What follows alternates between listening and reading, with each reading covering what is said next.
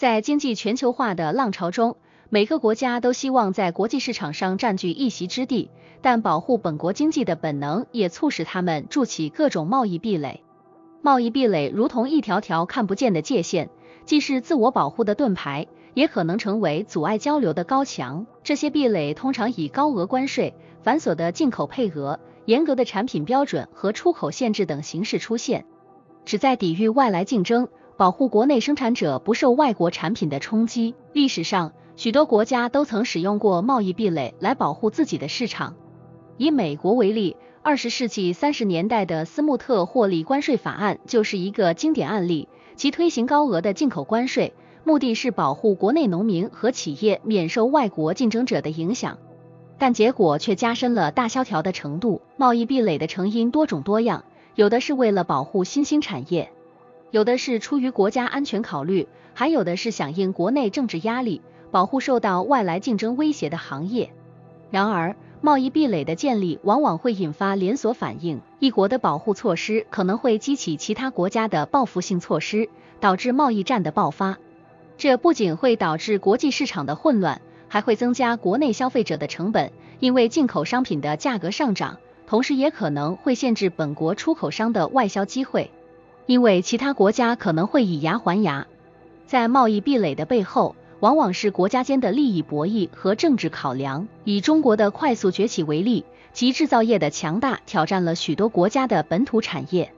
作为回应，一些国家设置了针对中国商品的额外关税，希望通过这种方式减缓中国产品在国内市场的渗透速度。这种政策在短期内可能确实能为本土产业提供一定的保护，但长期来看，它可能会损害消费者的利益，并且有可能引起国际贸易伙伴的不满，从而导致贸易关系的紧张。不仅仅是大型经济体之间的较量，小国也会使用贸易壁垒来保护自己的经济利益。例如，一些发展中国家通过实施进口替代工业化策略，设置壁垒保护本国的婴儿产业，使其在没有外部竞争的情况下成长。这种做法在某些情况下对于技术积累和产业升级是有益的，但同时也可能因为缺乏竞争而导致产业效率低下和产品质量差。让我们通过一个故事来近距离感受贸易壁垒的影响。想象一下，有一个制鞋的小镇，这里的居民世代依靠手工制鞋为生。随着全球化的进程，外国的廉价鞋子开始涌入市场。这些鞋子虽然质量不如小镇的手工鞋，但价格却便宜得多。在外来竞争的压力下，小镇的鞋匠们纷纷陷入困境。为了保护这些鞋匠的生计，政府决定对进口鞋征收高额关税。一时间，廉价外国鞋的价格飙升，小镇的手工鞋再次成为市场的宠儿。鞋匠们欢欣鼓舞，认为危机已经解除。然而，这样的欢乐并没有持续多久。外国政府对此反应强烈，开始对小镇出口的其他商品征收报复性关税，比如当地特产的葡萄酒。小镇的葡萄酒商们遭受了打击，他们的葡萄酒在国际市场上的价格变得不再有竞争力，而小镇消费者也不得不面对生活成本的上升，因为进口商品的价格上涨。政府的贸易壁垒政策虽然短期内保护了鞋业，但长期来看却给小镇的整体经济带来了不利影响。这个故事虽然是虚构的，但它却真实反映了贸易壁垒在世界许多角落造成的影响。政策的制定者在考虑贸易壁垒时必须权衡利弊，因为这类政策可能会给国家的长期发展埋下隐患。而对于我们普通人而言，理解贸易壁垒背后的经济原理和国际政治关系，可以帮助我们更好地理解全球经济的运作方式以及我们生活中的各种变化。大家好，我们是一个充满热情的初创团队，致力于创作精彩的视频内容。我们真诚地希望能得到您的支持和鼓励。如果您喜欢我们的视频，请不吝点赞或将视频分享到你的社交平台，这样可以帮助我们的内容更好地适应 YouTube 的推荐算法，让更多人看到我们的作品。同时，我们非常欢迎您在评论区留下您的宝贵意见和建议，无论是喜欢、不喜欢，或是其他任何想法。根据观众建议，除了英语字幕，我们又增加了繁体字字幕。我们也会调低背景音乐音量。您的每一次互动对我们都至关重要，感谢您的观看和支持。在讨论贸易壁垒的影响之前，我们需要先了解一下实施这些政策之前的经济状况。以美国历史上的一个著名例子为例，我们可以回顾1930年代初期的美国，当时美国正处于大萧条时期，失业率高达 25%， 工厂产能严重过剩，农民的收入急剧下降。那时，国内要求政府采取措施保护国内产业的呼声日益高涨。在这样的背景下，美国国会通过了斯穆特霍利关税法 （Smoot-Hawley Tariff Act）， 这是一项历史性的贸易政策，旨在通过提高进口商品的关税来保护国内制造商和农民。具体来说，该法案将大约900多种商品的关税提升到了历史最高水平。例如，农产品的关税平均上升了近 50%， 而工业产品的关税则提高了近1倍。政策的目的是限制外国商品的进口，从而减少国内市场的竞争，给本土产业一个喘息和复苏的机会。另一个例子是近年来的中国。随着中国成为世界第2大经济体，其制造业的迅速发展令全球各国感到了压力。对此，美国在2018年开始实施了一系列针对中国进口商品的额外关税措施，这些措施涵盖了从钢铁到消费电子产品等数百亿美元的中国商品。例如，美国对进口自中国的钢铁征收了 25% 的关税，而对中国制造的电子产品如手机和电脑征收了 10% 至 25% 不等的关税。这些措施的目的是减少美国的贸易逆差，同时促进本土产业的发展。在中国本土，政府也在同期采取了相应的政策来应对外界的压力，比如推出大规模的基础设施建设计划以刺激内需，同时通过提高进口替代率来减少对外部市场的依赖。例如，在高端制造业和半导体产业，中国政府投入巨额资金支持本土企业发展，以减少对外国技术和零部件的依赖。正是在这样的国内外政策推动下，各国在贸易壁垒方面的举措不断升级。这些措施不仅仅在贸易领域产生了深远的影响，更在政治、社会及文化领域引发了连锁反应。贸易壁垒的建立无疑是各国尝试在全球经济中保护自身利益的一种手段，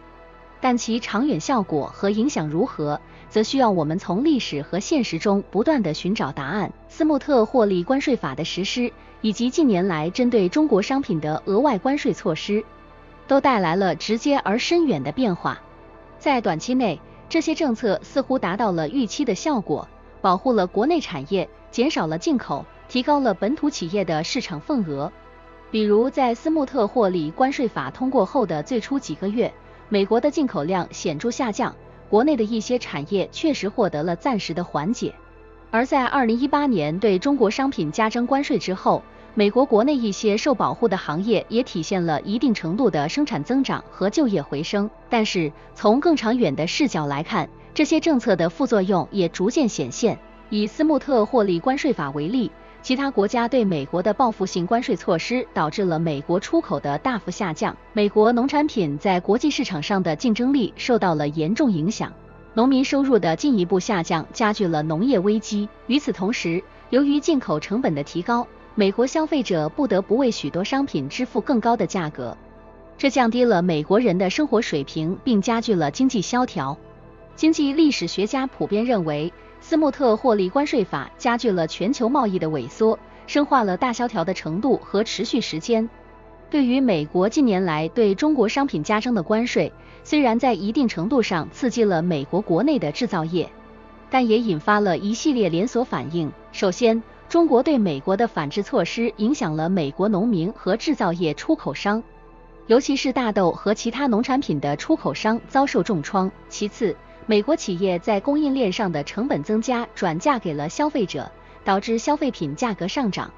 此外，全球供应链的重新调整也给多国企业带来了不确定性和成本压力。这些政策引发的贸易战不仅仅局限于经济领域，还延伸到了外交和战略层面。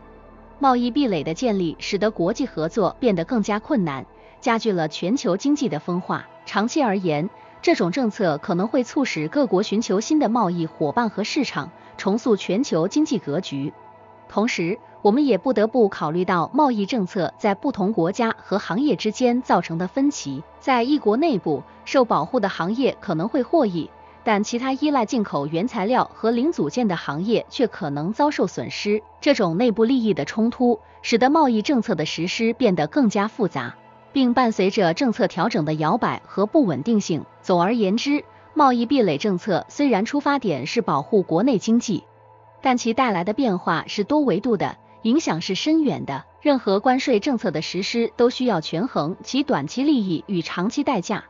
以及其在全球经济中的连锁反应。政策制定者在采取此类措施时，必须仔细考量国内外经济的复杂互动，以及其可能引发的广泛后果。毕竟，历史一再证明，贸易保护主义可能在短期内带来表面利益，但在全球化深入发展的长期趋势下，开放与合作才是实现共赢与可持续发展的正确路径。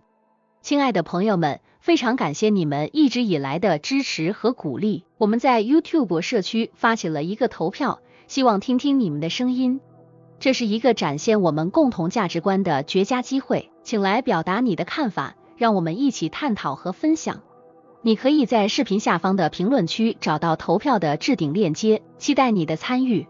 在上述贸易壁垒政策的影响分析中，我们不可避免地触及到这些政策对其他国家经济的波及效应。案例分析显示，这些效应往往是负面的，尤其是在全球化深度发展的今天，任何一个大国的贸易政策变动都可能给其他国家带来不小的冲击。以斯穆特获利关税法为例，其导致的全球贸易收缩不仅令美国经济受损，也给其他国家带来了灾难性的后果。加拿大、欧洲和亚洲国家都遭遇了出口的大幅下降，国际贸易环境的恶化直接影响了这些国家的经济复苏。由于全球经济的相互依赖性，美国的保护主义政策实际上加剧了全球经济的不稳定性，降低了各国抵御经济危机的能力。同样，当美国对中国商品加征关税时，这一政策不仅对中国出口产生了影响，也波及到了与中国经济紧密相连的亚洲供应链网络。例如，许多在中国组装完成的电子产品，其零部件可能来自韩国、日本和台湾等地。美国的关税措施迫使这些国家的企业重新考虑其生产和供应链战略，甚至寻找新的市场来分散风险。此外，对于那些以出口为导向的发展中国家而言，贸易壁垒的提高意味着他们进入发达市场的渠道被限制，这无疑对他们的经济增长构成了严重挑战。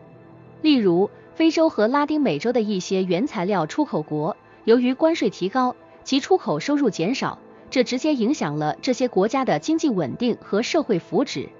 这些案例清楚地展示了贸易壁垒对全球经济的连锁反应，它们不仅损害了直接受影响的国家，也威胁到了全球经济的整体健康。在全球供应链高度互联的今天，任何一国的贸易政策都有可能引发全球范围内的经济波动。在全球化的浪潮中，每个国家都是一艘在波涛中航行的小船，相互依存，相互影响。贸易壁垒的设立就像在海上筑起了一堵墙，虽然暂时可以为某个国家遮风挡雨，但最终会阻碍整个船队的前行。历史和现实都不断提醒我们，贸易保护主义的短视之举可能会瞬间提升某些国家的竞争力，但从长远来看，却可能损害国家利益，抑制全球经济的发展潜力。全球经济的未来需要国家间更多的沟通与协调，需要建立基于规则的多边贸易体系。只有摒弃零和博弈的思维，通过合作与共赢来解决贸易不平衡问题，全球经济才可能稳健增长，抵御各种外部冲击。在这个意义上，贸易壁垒不是解决问题的正确方法，而是需要全球共同努力、智慧和勇气来克服的挑战。我们应该从历史中汲取教训，避免重蹈覆辙，为全人类的共同繁荣负起责任。在这个充满不确定性的世界中，开放合作才是我们最坚实的桥梁，通向共同发展的未来。